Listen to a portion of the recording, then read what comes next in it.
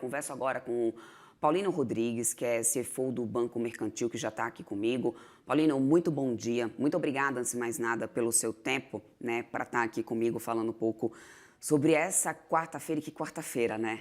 Com direito a cinto de segurança para a gente conseguir passar nessas emoções dessa montanha-russa. Antes de mais nada, meu querido, muito bom dia.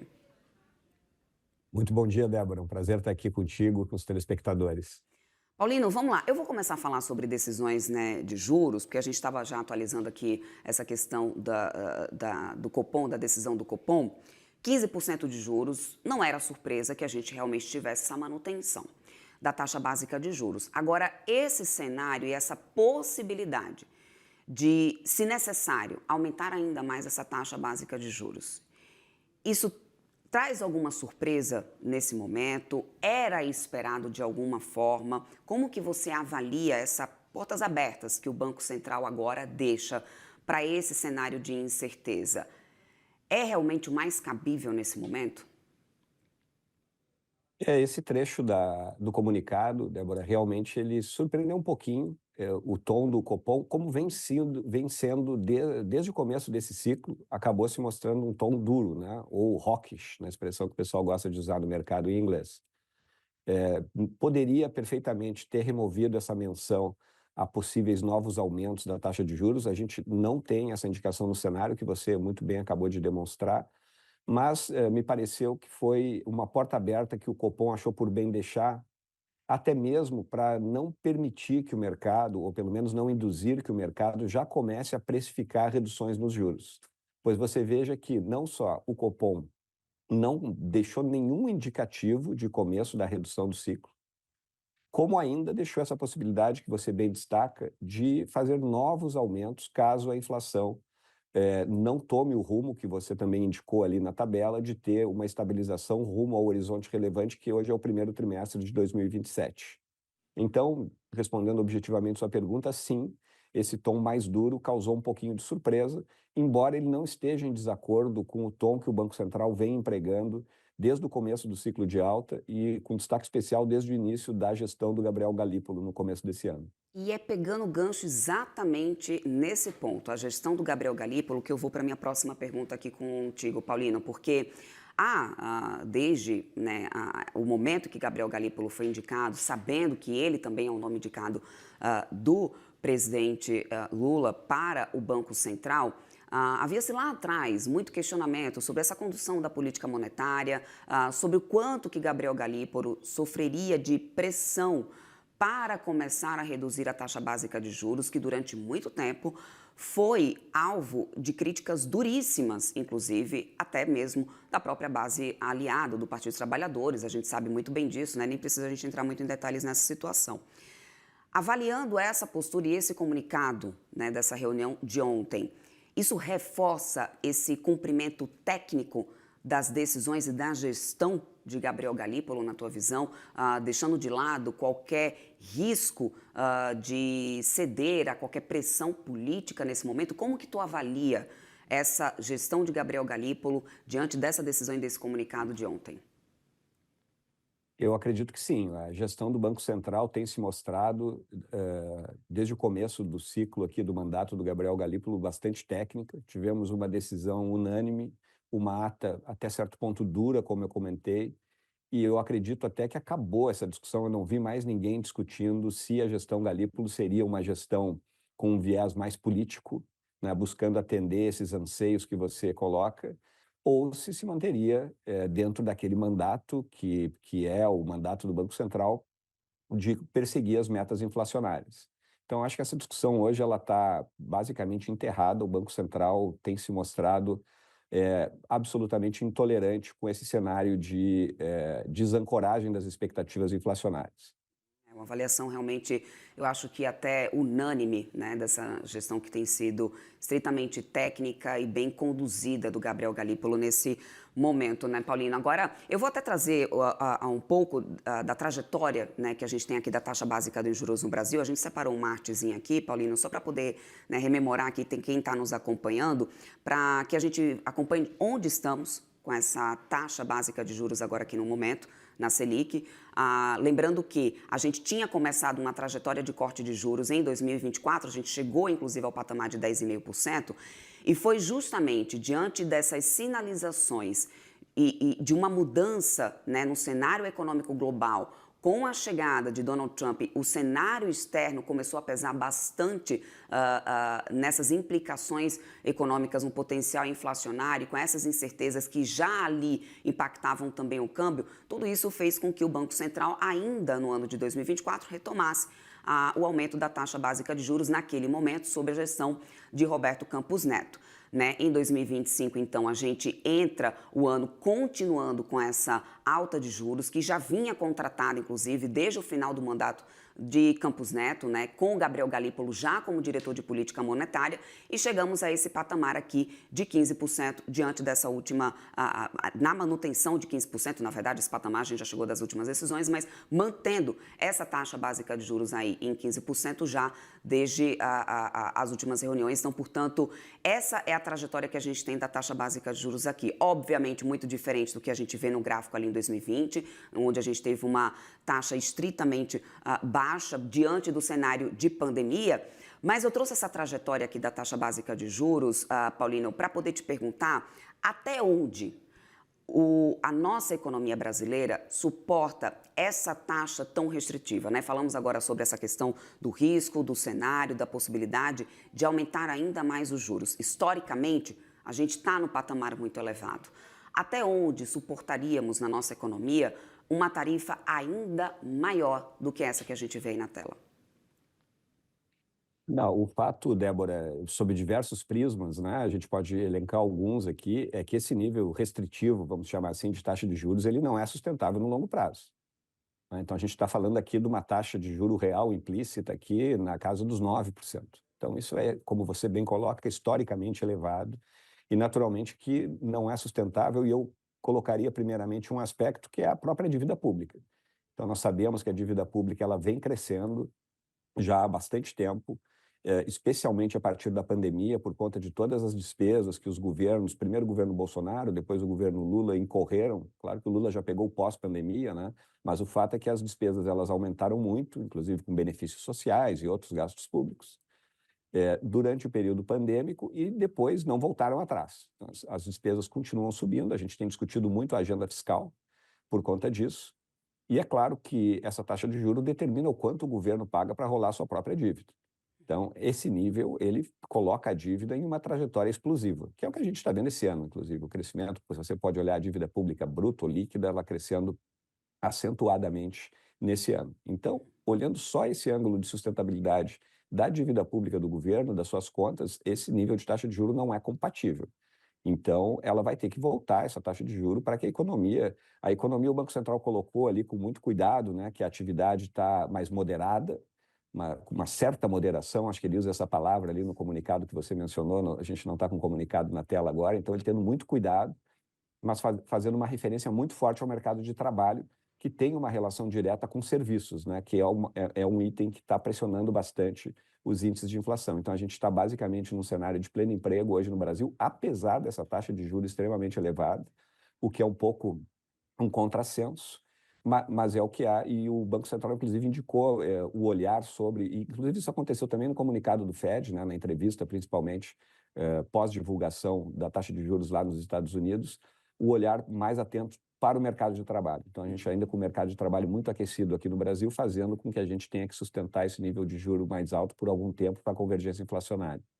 Pois Mas, é, assim, Paulino. objetivamente... Eu vou até trazer esse trecho que você falou aí sobre a moderação. É exatamente isso aqui, ó, em relação ao cenário doméstico, o conjunto de indicadores da atividade econômica tem apresentado, conforme o esperado, certa moderação no crescimento. Mas o mercado de trabalho ainda mostra dinamismo, e nas divulgações mais recentes, a inflação cheia e as medidas subjacentes mantiveram-se acima da meta para a inflação. Trouxe aqui, então, Paulino, o que você vinha mencionando para ajudar aí, mas pode continuar.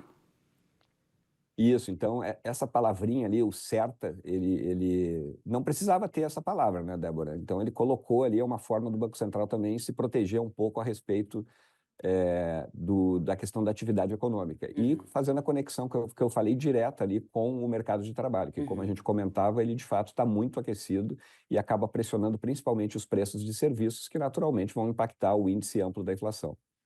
Perfeito, Paulino.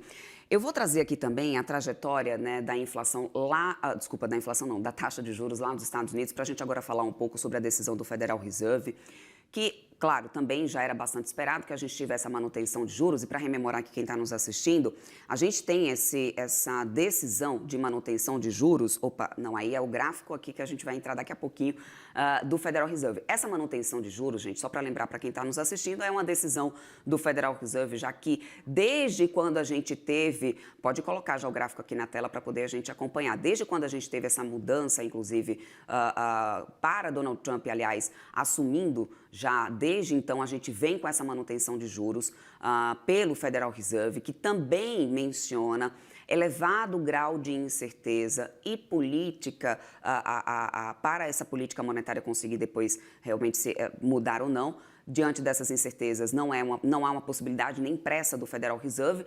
E também o Federal Reserve sempre menciona a atividade econômica ainda resiliente nos Estados Unidos. Não precisa ir muito longe, a gente teve divulgação do PIB bastante forte, né, nesse momento. Então, lá nos Estados Unidos tivemos o patamar máximo ali de 5,50, depois, né, de um grande processo de elevação da taxa básica de juros pós-pandemia. Foi um Banco Central que demorou bastante, né, a começar com esse processo de alta de juros por lá, assim como demorou bastante a começar a cortar. Mas também, acompanhando o gráfico, né, Paulina, a gente vê que é também uma taxa básica de juros amplamente desconfortável para a economia americana. Não é um patamar comum para a economia americana.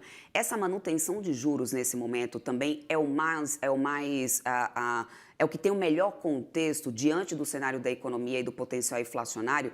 Eu te pergunto isso porque a gente tem muita pressão, né, de Donald Trump para corte de juros. Mas o Banco Central e o Jerome Powell especificamente dizem, olha, a gente não tem pressa para isso. Deixaram em aberto em setembro. Foi a melhor condução para agora, Paulino, na tua visão? Eu acredito que sim, né? Eu acho que a manutenção da taxa de juros por si só, né, no intervalo, os Fed Funds, né, que é a Selic deles lá, entre 4,25 e 4,5, já era amplamente esperado, como também aqui no Brasil, a manutenção da Selic nos 15%. E a gente vê que o próprio início do governo Trump ele coincide com esse período de estabilização das taxas de juros nos Estados Unidos à espera de indicativos de uma desaceleração inflacionária que não é concreta, né? Então, por essa razão, o Fed, eu diria até que o comunicado ele foi mais suave do Fed do que a coletiva de imprensa do Jerome Powell após a reunião, aonde ele indicou, e também lá, coincidentemente, ele fez uma referência muito forte ao mercado de trabalho. Então, ele colocou os dados de mercado de trabalho como a principal variável que o Fed está olhando para suas decisões futuras.